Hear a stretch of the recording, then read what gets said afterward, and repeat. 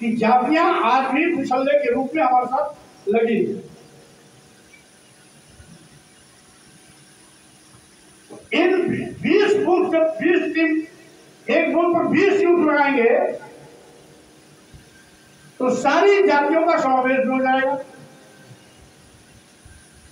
हर अनुसूचित जाति 3-4 फिर के एक गांव में रहते ही रहते कम से कम। बैकवर्ड की भी 5-6-7 फिर के रहते ही रहते हैं कम से कम। अल्पसंख्यक समाज भी हमारा एक हिस्सा है, उसकी भी सफलता हर जगह होनी ही चाहिए। तो जब एक बूथ पर 20 यूथ का फार्मूला लेके चलेंगे तो उसमें उस बूथ में आने वाली सभी जातियों का समावेश भी होगा और साथ ही साथ आपका जो संगठन है, जितने समाज के लोगों की सफलता होगी उतना ही वो मजबूत भी होगा, उतना ही वो मजबूत भी होगा। इसे साथियों, अभी तो ये मेरा पहला पड़ाव। अभी माननीय धनगर जी से बात हुई है, हमारे राष्ट्रीय कमेटी के पदाधिकारी और प्रदेश अध्यक्ष हमारे पूर्व मंत्री बैठेंगे, हर मंडलवार प्रभारियों की नियुक्ति करेंगे। उनकी देखरेख में मंडलों के जिला कमेटियों का गठन होगा। जिला अध्यक्ष की देखरेख में विधानसभा कमेटियों का गठन होगा और जिला अध्यक्ष के सुपरविजन में विधानसभा अध्यक्ष अपने अपने सेक्टर पदाधिकारियों के साथ मिलकर बूथ कमेटियों का गठन करेगा। सबकी सहभागिता होगी, क्योंकि जिला अध्यक्ष एक होता है। उसी कमेटी के लोगों को जोड़ लीजिए तो 30-35 हो जाएंगे। अब बूथ होते हैं हजारों में, तो कमेटी पर्याप्त नहीं होती, इसीलिए उसमें विधानसभा कमेटी लगेगी, सेक्टर कमेटी लगेगी, काम बांटा जाएगा, तब बूथ की कमेटियां बन जाएगी।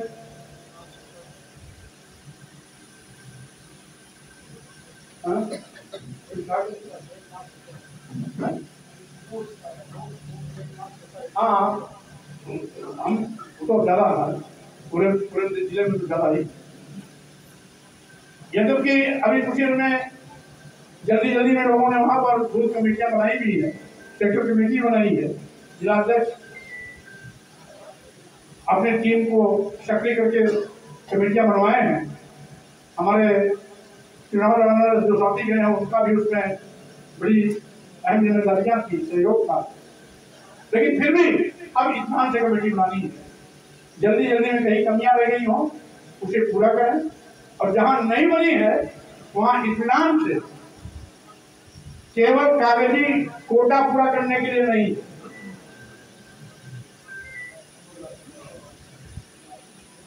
बल्कि ईमानदारी से 27 में रिजल्ट देने के लिए आपका संगठन बनना चाहिए। और एक चीज, दूसरी चीज, आपकी कमेटी अगर बन जाएगी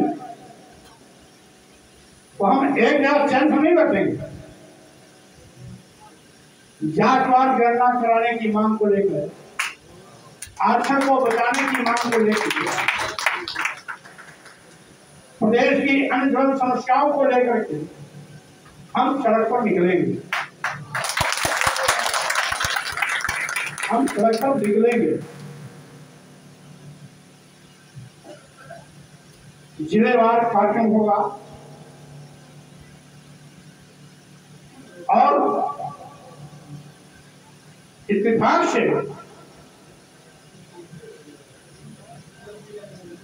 27 के पहले हम अपना ताना बाना मजबूत करेंगे।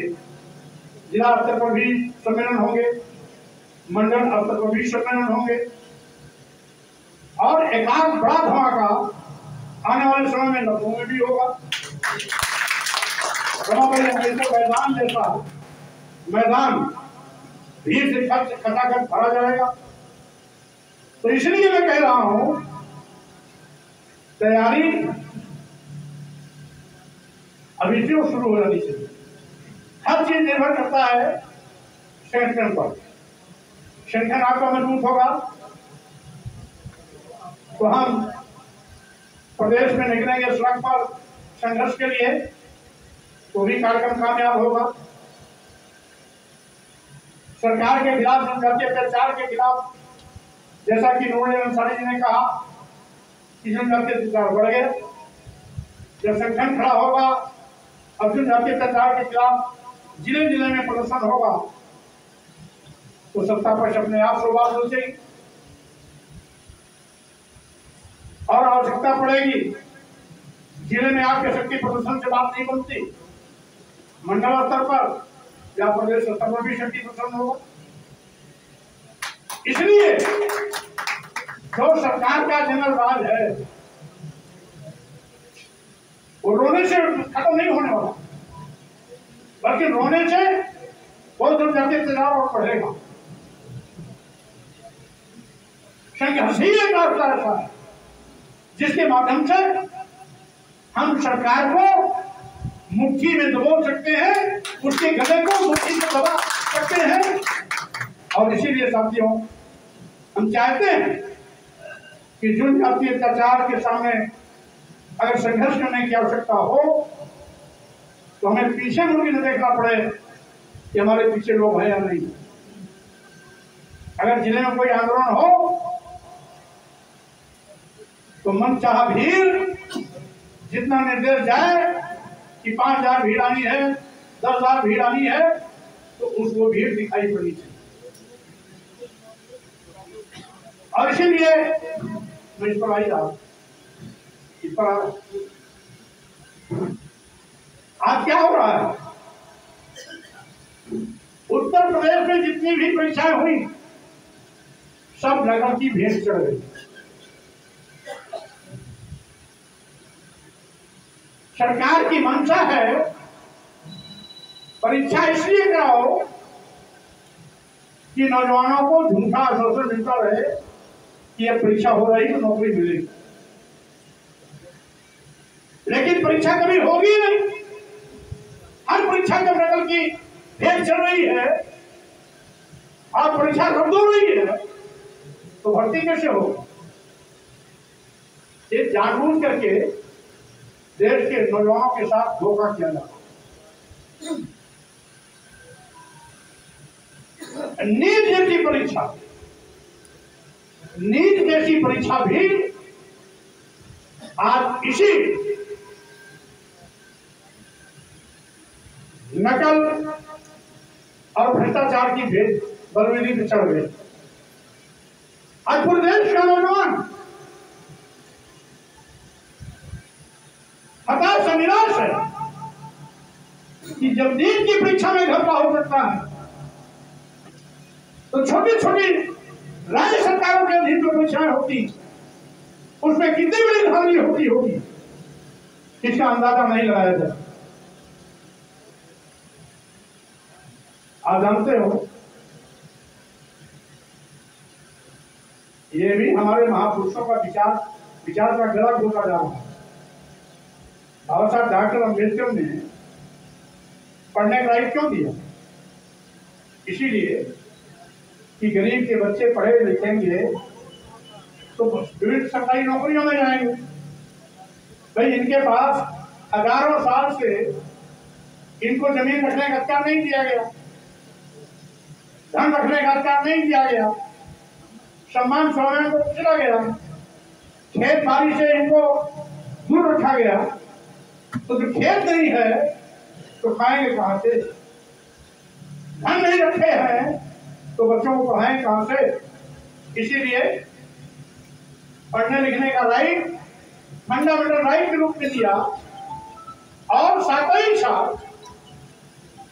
इस उम्मीद से कि नौजवान पढ़े लिखेंगे, बेटियां पढ़े लिखेंगी, सरकारी नौकरियां पाएंगी, तो सरकारी नौकरी पाने के बाद जब मुलाजिम बनेगा तो उसकी आर्थिक रूप से मजबूती आएगी, उसका अपने बच्चों को अच्छा पढ़ाएगा, अच्छा लिखाएगा, डॉक्टर बनाएगा, प्रोफेसर बनाएगा, इंजीनियर बनाएगा, आईएएस बनाएगा, आईपीएस बनाएगा, जज बनाएगा, बड़े बड़े पदों पे जाएंगे, उनको खुशहाली परिवार को आएगी। ये सरकार क्या कर रही है? सरकारी नौकरियों पर रोक लगा। अब दे क्या रही है? कौन सी नौकरी? आउटसोर्सिंग वाली। आउटसोर्सिंग मतलब 8,000 10,000 वाली नौकरी, यानी ना खा सकते हो, ना अपने परिवार को कुछ दे सकते हो, ना अपने बच्चों को पढ़ा सकते हो। 10,000 पगार पाने वाला लखनऊ में 5,000 में कुछ कमरा मिलेगा। बता 5,000 में खाएगा क्या, बचाएगा क्या, अपने बच्चों को पढ़ाएगा कहाँ से, अपने बीवी को साड़ी कहाँ से लाएगा, अपने माई बाप के लिए दवा दरमद की पैसा कहाँ से लाएगा? यानी वो मोहताज जिंदगी जिएगा। और जब मोहताज जिंदगी जिएगा तो सरकार के 5 किलो 10 किलो चावल पर जिंदा रहना उसकी मजबूरी हो जाएगी। वो सरकार जिसकी नौकरी छीन रही है 5 किलो 10 किलो चावल पाने के बाद, वो भूल जाएगा कि इसने मेरी नौकरी छीन ली, इसने मेरी जिंदगी चौपट कर दी, इसने मेरे परिवार को आज गरीब लाचार बना दिया, इसने मेरे आज मुझको बदतर जिंदगी जीने के मजबूर कर दिया। ये भूल जाएगा और 5 किलो 10 किलो चावल में सरकार का गुणगान करेगा, मन का वोट देगा। सरकार की नीति यही है। और क्या कर रही है? एक और इसने एक नीति पैदा की। अब ये सरकार क्या कहती है? पहले बाबा साहब डॉक्टर अम्बेडकर ने सोचा था लोग पढ़ लिख के आएंगे तो अपनी प्रतिभा के मुताबिक अच्छी अच्छी नौकरियों में जाएंगे। अब सरकारी नौकरियों की भर्ती नहीं होगी तो जाएंगे कैसे? क्या जबरदस्ती चले जाएंगे क्या? तो अब क्या कह रही है? अब कहती है विश्वकर्मा सम्मान श्रम सम्मान योजना। इसका मतलब क्या जानते हैं?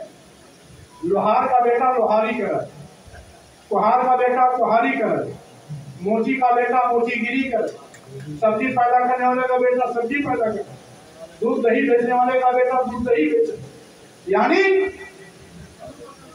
जो हमारे बाप दादा पूछे करते रहे मनु की संविधान की व्यवस्था के मुताबिक, भारतीय संविधान लागू होने के पहले जो हम गुलामी की जिंदगी जीते रहे, अब ये सरकार चाहती है कि इनकी आने वाली पीढ़ी भी इनके बाप दादा पुरखों की जो विरासत है उसको आगे ले जाए। धोखा नहीं है क्या? हमारे शर्मा जी मुस्कुरा रहे कि हम बेटे को पढ़ाई लिखाई से थोड़ो फिर अब अस्पताल लेके बात बनाए, लेकिन ये यही करवाना चाहते हैं। इसको समझना होगा और आप नहीं समझोगे वो आपको समझाने नहीं आएंगे जो आपका गला काट रहे हैं, जो आपके लिए खाई खोल रहे हैं, वो आपको समझाने नहीं आएंगे, आपको समझना होगा। और इसलिए साथियों, प्राइमरी स्तर पर पहले सबको आपको अपना संगठन बनाना, संगठन बना करके मानव काशीराम साहब की इस कारवां को हम लोगों को संयुक्त रूप से आगे ले चलना है, आगे बढ़ाना है। बाबा साहब का मिशन हमारे सामाजिक क्रांति करने वाले महापुरुषों का मिशन, उसको बचा के रखना है, अपनी खाती और विरासत के रूप में उसको संजो के रखना है और साथ ही साथ उसको उस विचारधारा को घर घर जन जन तक ले जाना है। ये बड़ी जिम्मेदारी। इन्हीं शब्दों के साथ मैं अपेक्षा करता हूँ कि आप सभी लोग नए जोश और उत्साह के साथ अगली तैयारी में जुड़ जाए।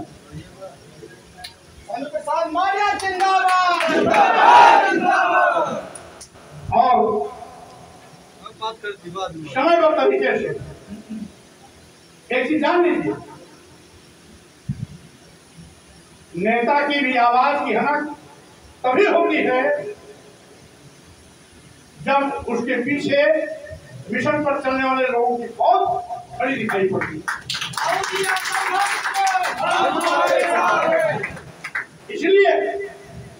आप चाहते हो कि आपकी नेता की आवाज देश और दुनिया में इसी तरीके से जाती रहे, आपकी नेता की आवाज से बड़े बड़े लोग बगले झाड़ने लगे। विगत दिनों आपने देखा भी गठबंधन की सरकार को भी बैंक खुद बजाना पड़ा था। आरएसएस के मोहन भागवत को अनेकों बार सफाई देने की नौबत आई थी। और यही नहीं, जो अभियान चला था, हमें कहने में कोई बुराई नहीं कि आज इंडिया अलायंस को प्रचंड जीत मिली है, तो उसमें बहुत भूमिका हमारे उस समय चलाए गए उस अभियान का है, जो अभियान हमने चलाया था जुर्म अत्याचार, गैर बराबरी के खिलाफ, मनुवाद के खिलाफ और भारतीय जनता पार्टी की दोगली नीति के खिलाफ जो हमने चलाई थी, उसी का परिणाम है कि माहौल बना, मानसिकता बदली और दायरे से बाहर निकले। आज जब मौका आया तो संविधान बचाने के लिए सब एक साथ खड़े हो गए और उसी का नतीजा हुआ कि 100 के पार का नारा देने वाले लोग आज बैसाखी के सहारे खड़े हो। इसे साथियों, हम इस उम्मीद के साथ कि आप सभी लोग यहाँ से जाने के बाद हमारे प्रभारी लोग भी आपके बीच में जाएंगे, सूचना दे के जाएंगे। उन जिलों में जहाँ का गठन कार्य प्रारंभ किया जाए, वहाँ मुस्तैदी से आप सभी लगेंगे। और रही बात आपकी ताकत, ये लोकतंत्र है। लोकतंत्र में जनता की भीड़ ही ताकत होती है। लोकतंत्र में जनता ही ताकत होती है और इसीलिए आपकी ताकत रहे, इसलिए अपना भाव का संगठन भी चाक चौबंद होना चाहिए, दुरुस्त होना चाहिए और साथ ही साथ मजबूती के साथ मानव कांशी राम जी के बताए रास्ते पर चलते हुए संगठन को मजबूत बनाने का कार्य करना चाहिए। ये हम सबकी सामूहिक जिम्मेदारी है, क्योंकि आज आवश्यकता है जो जुर्म अत्याचार अन्याय हो रहा है उसके खिलाफ खड़ा होने की, आरक्षण खत्म किया जा रहा है उसको बचाने के लिए सड़क पर निकलने की, और साथ ही साथ आज जातवाद घटना की मांग करने वाले लोग की जमात भी बढ़ाने के लिए, दबाव बनाने की, इस सब के लिए आवश्यकता पड़ेगा भीड़ तंत्र की। आज इस भीड़ की जरूरत पड़ेगी और उसके लिए ये प्राइमरी वर्क है। आप जिले का संगठन बनाएंगे, विधानसभा का बनाएंगे, सेक्टर का बनाएंगे, बूथ का बनाएंगे और सभी जिले के लोग अपने अपने जिलों का संगठन बनाएंगे। तो आने वाले दिनों में 2-3 महीने के अंदर प्रदेश का संगठन एक बहुत ही सशक्त रूप से खड़ा होगा और सशक्त रूप से खड़ा होते ही हम अपने नेताओं का एक टीम बना करके मुद्दों के साथ सड़क पर निकलेंगे और साथ ही साथ सरकार को तगड़े में खड़ा करेंगे। और जो सरकार अन्याय हो रहा है, आज परीक्षाएं नकल की भेंट चल रही है, सरकारी नौकरियां खत्म की जा रही है, आरक्षण का गला खोला जा रहा है, संविधान के साथ संविधान को भी लोग बदलने के लिए जो गलत रास्ता पाले हुए हैं उनका दिमाग ठीक करने के लिए हम सबको इस रास्ते पर आगे बढ़ना ही होगा। इन्हीं शर्तों के साथ आपको बहुत बहुत धन्यवाद देता हूँ।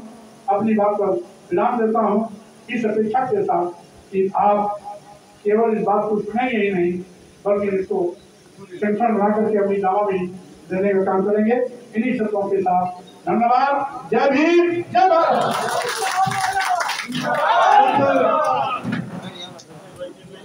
आभार हमारे कानपुर के सामने मोमेंटो करना चाहते थे।